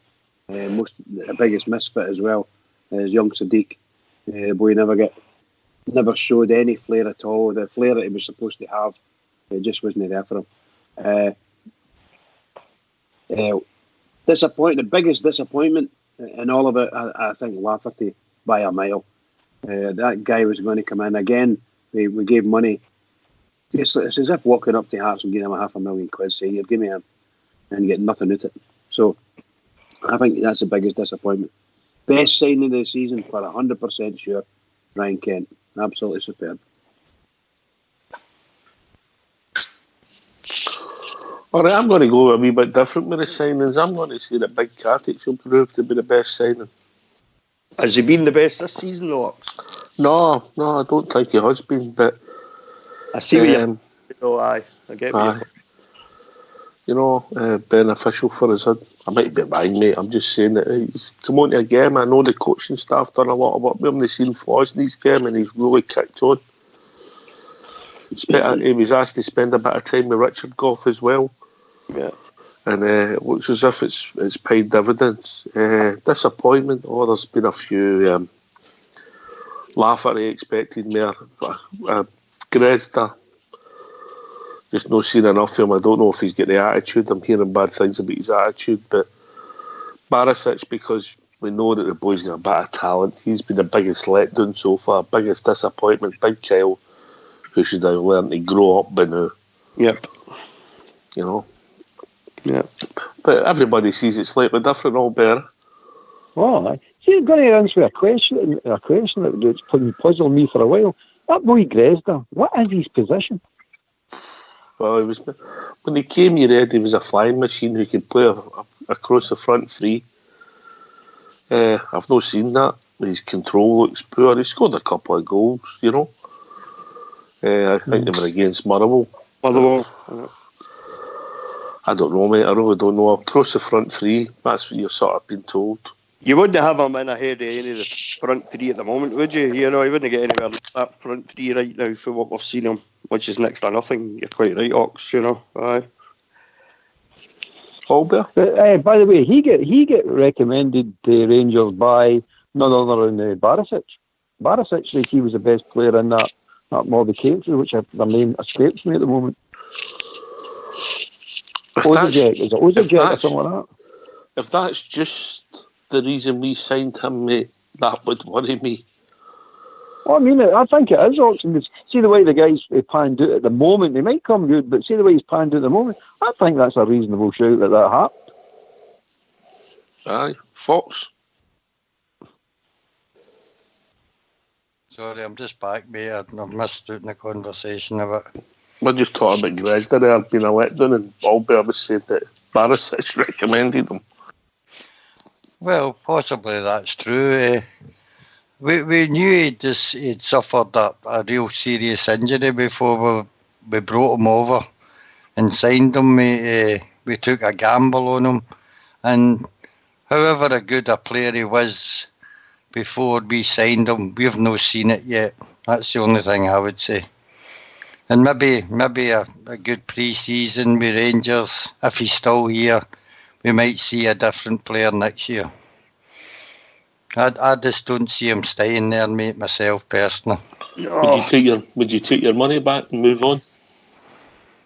If we could get our money back, I certainly would. Rudy? I think with the likes of Jordan Jones, Hastie's coming in, you'll have Jamie Murphy back next season. Hopefully Ryan Kent. That might be a long shot. You know, I think if you look at the players that are there now, they're probably all going to be ahead of him. So, come the end of the season, you know, if there's any way of recouping the money that we forked out for him, get him shifted out the door. Because we've not got any space next season, you know, for dead weight. It's as simple as that. Next season's a big, huge, it's going to be a massive season for his Ox. And everybody needs to contribute, everybody. That's whether you're in the squad, on the bench, or on the park. And up to now, Gresder hasn't done that for me. Bridgeman. Yeah, I think that the two guys, two Croatians, Barisic and Gresder need to mend their ways, shall we say? One's Albanian, mate. One's Albanian. I know he plays for Albania, but he played in. Sorry, I thought he was only. Never mind, doesn't matter. Mm-hmm. Yes, Albanian. Gresder's Albanian, and the Croatian boy Barisic. And I think Barisic, you know what I think? I think he's a class player. I think he's got a lot of class, but they need to mend their ways. They need to start showing it. And I think they will get to the end of the pre-season, and if they haven't turned it around, they'll get rid of them. But disappointing if they're not, because as Rudy says, we'll get some smashing players coming in. I'm really excited about seeing Jordan Jones to see if he can, shall we say, carry the Rangers jersey, and the young boy Hastie from Motherwell. It's Hastie, isn't it? James Hastie. So see what they're like. Quite exciting times, and the jersey's always heavier.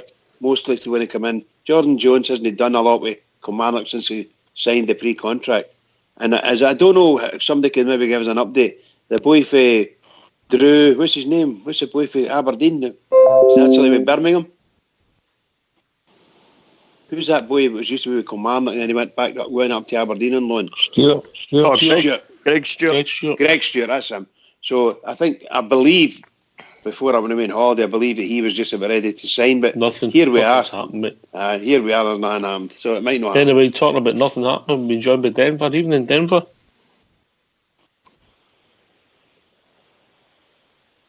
Come on, Denver. You're on mute. They're a bridge, man. his own route. Aye, well, we'll see what happens. No, nothing about Greg Stewart, mate. Nothing about it. You see the goal box he scored at the weekend, Greg Stewart? Good goal. Cracker. That was a belter at a goal, that was. What about memory then? What's been your goal of the season, mate? My goal of the season, Ryan Jack, December. Straight through Brown's legs, back of the net. And one goal of the season, didn't it? Rightly so as well, in my opinion. There was better goals, I think, but for the emotion, who we were playing, everything that had preceded the game in the run-up to the game was, and the fact that he nutmegged Scott Brown as a war, ended up nestled in the back of the net. That was my goal of the season. I just went off my nut completely. I can get that, I understand that, but using that argument, I would go for Arfield, which I think was actually the game on Sunday, better footballing goal. Aye. Better team goal. Aye, definitely. Aye. What about yourself, Albert? Some good goals were scored. Oh, right. That's the one for what you have just mentioned. But for the class goal, the absolute class goal, it's got to be Morelos' second against Aberdeen up there, man. That was just sheer class. The one he passed in. Brilliant. Oh, what a goal. What a goal. I mean, there wasn't a better class in Scottish football for years, by the way. I mean, that was just pure class. I enjoyed that so much. I've watched that maybe about 20 times, that goal. And every time I watch it, it gets better and better and better. Yeah. All right, what about yourself, Pidge? The Morelos goal when the weekend days backheeled the ball. They moved it from everything was happening in their own half, and then before you know it, they backheeled the ball against Rapid Vienna. Against Rapid Vienna. What a goal! That was just wonderful. It was a single move. It was just great to watch. And like Albert, most of the Morelos goals I loved. Morelos, that's why I say Morelos is one of our best. He generates so much excitement because he gets excited, and it's just lovely to watch. Scores some fabulous goals. Some of the goals he scored running along the line nearly and smashing it in. The goalkeeper had absolutely no chance on it. Just loved it. But that's my favourite, that one with the back heel by young Candace, Mr. Candace, right into his line. Oh, brilliant. Great goal. Fox? They were all some of my picks, but there was another one with Morelos when he kind of backheeled it into the net. Do you remember that one? Was it Ibrox? Was that against Hearts? That was a terrific goal. It was a well-worked goal, that. And, but my favourite was the one against Aberdeen. I'd agree with that.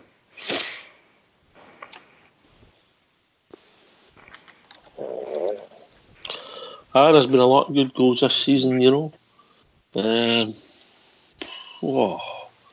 Morelos went up at Aberdeen. I think that's the night he became a striker, if that makes sense, Albert.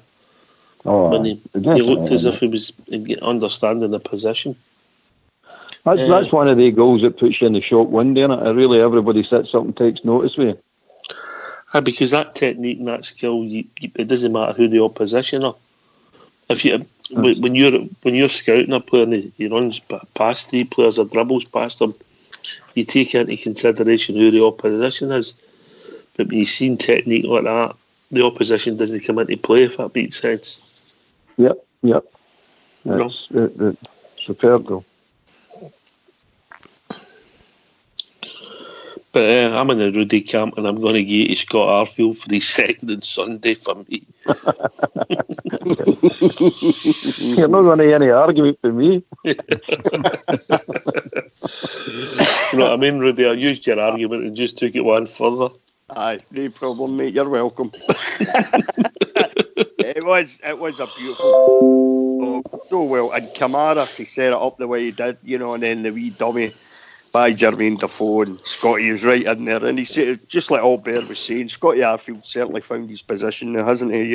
Took it brilliantly. Had to get his selling between the two big centre backs, to get the goal. Still had work to do and slotted it away lovely. It was a fantastic team goal. Fantastic. I tell you, that paid Kamara's 50 grand back right there and then.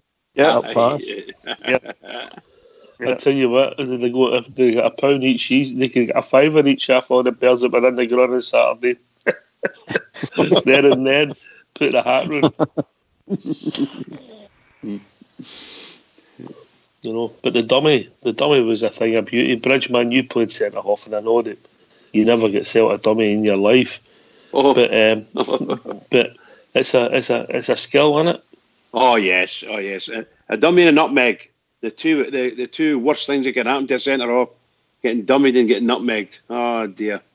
But you know, what can you say? That boy, the skills that boy Morelos has got. He could do that no bother to any centre half, any centre half in any league. And anybody can stand there 3 yards out, wait for the ball coming, and then do a flick and put the ball in the net. Just wonderful stuff. Oh, you got me going again. I'm all excited again now when I start thinking about the goals he scored. I see we Defoe's dummy, by the way. The dummy is superb, but what really is superb is the awareness his teammates run about him. Yeah, he's back to them. He never turned and looked at Arfield. He just knew Arfield was going to be in that position, and that's a skill in itself. I mean, that's really shows a class player. That kind of all better comes from experience, doesn't it? He showed his experience there, what he's learned about the game, and players round about him. You know, fantastic. That dummy at the weekend there by Defoe. You just can't imagine being in there as a defender. You just can't imagine somebody just standing there and letting the ball run through their legs. You just can't believe it. The dummy, when it happens. It took 3 of the defenders out, Bridge, that dummy. I'm saying it, he never even moved. Fabulous. I mean, the big boy, is it Ayer you call him? He was clawing air trying to go to Arfield. He looked like a giraffe going down for a drink, by the way, when he done it. You see him? His legs were everywhere. Splayed all over the show. You know, they've got two centre halves there over at the other side of the city, and they're danger men, they two. That big Simonovic, he should have been red carded. That was a dreadful tackle, a dreadful smash he put on Defoe. Not a word said about it. Nothing. Just dreadful. And our club's trying to. Actually, I find that they're they're swimming against the tide. And what's happening in Scotland, you know, there's not much we can do. You can only air your grievances and take a fine. That's what will happen. They'll get fined again. So that does my head. You remember, by the way, see if you want to get back at these people like the BBC, the SFA, the tabloid papers. Always remember one thing, by the way, they're all very protective of their corporate image, and that's what you attack, their corporate image. Look the lengths that Celtic go. I said their name there. Oh, here, I don't know. I go and wash my mouth with it.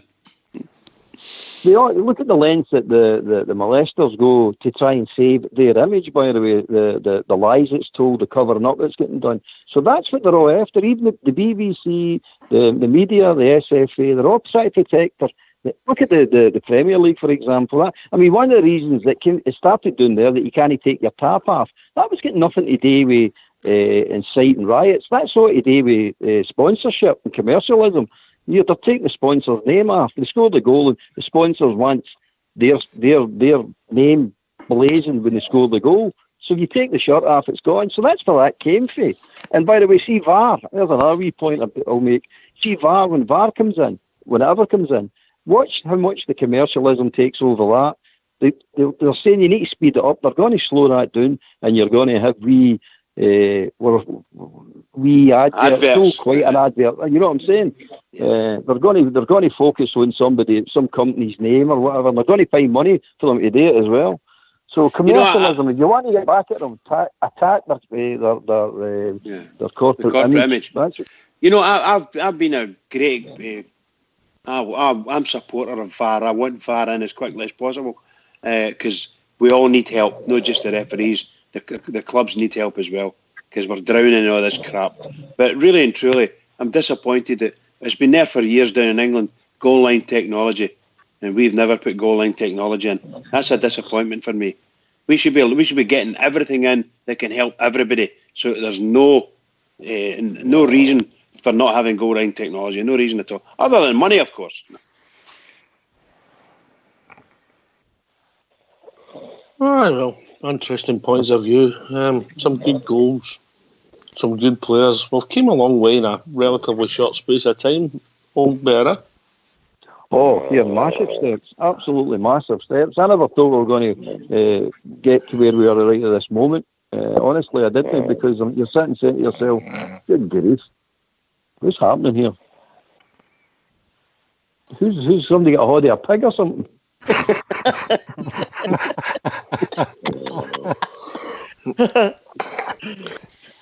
Don't know how to take that, old bear. Is that with a bunch of bay leaves?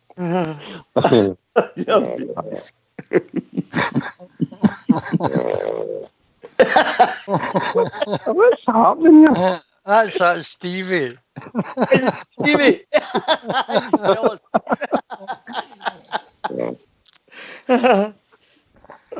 Oh, Stevie, wake up, Stevie. Stevie, wake up. Cut him off. Stevie's had the hard shift. You leave Stevie alone. Yeah, he's definitely. He may have fell off. He may have fell off. But he's got that much time on. It sounds like his son's got to him, eh? So overall, I mean, we're going to really dissect the season at the start of next week. Our final show of this season, but there's some great memories there that, I'll be honest with you, just quickly around the panel, I never seen them coming when we started in July. I didn't. Albert? Oh, I mean, I honestly, the season, you know, like I always think we're going to win the league. They'll never change me about that. There's nothing wrong with that.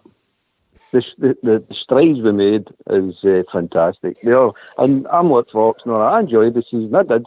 Ups and downs. You've got to have your ups and downs. That's what makes football, you know what I mean?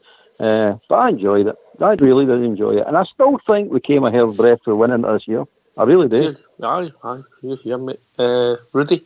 Aye, massive improvement since last season. As I say, the end of last season, I couldn't wait to get it done with. I was so despondent and depressed about the whole situation.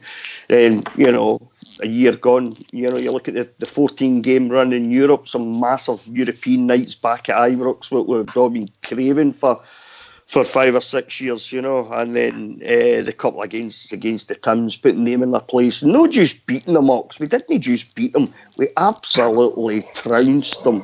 And the two results, the 2-1 and the 1-0 in December, both these score lines flattered them.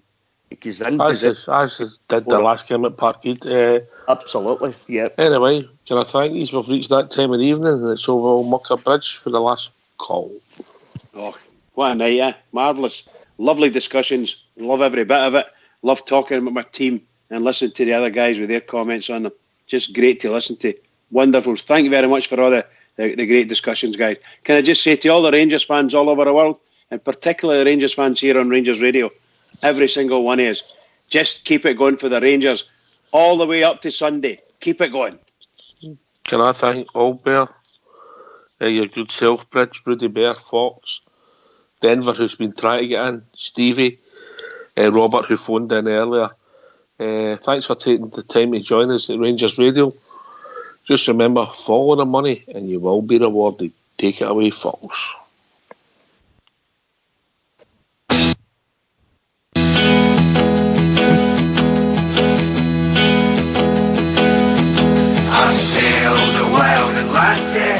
Across the broad Pacific shore, I sailed around the stormy capes and heard the forties roar. And wide the Indian Ocean, I sailed the China Sea. But there's a sea back home in Scotland, more than all the rest to me. It's the blue sea of my rock. It's the greenest sight that I have ever seen. It's the blue sea of my rock. And it's not on every ridge and clear stream. No more I'll sail the 7 seas, no more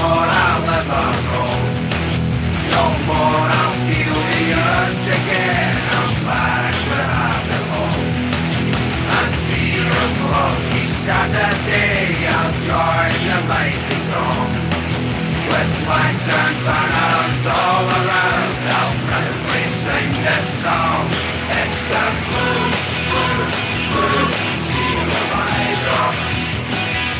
It's the greenest sight that I have ever seen.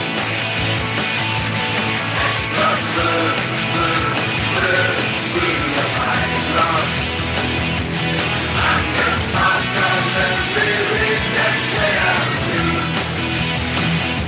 It's the blue, blue, blue seal of my rock. It's the greenest sight that I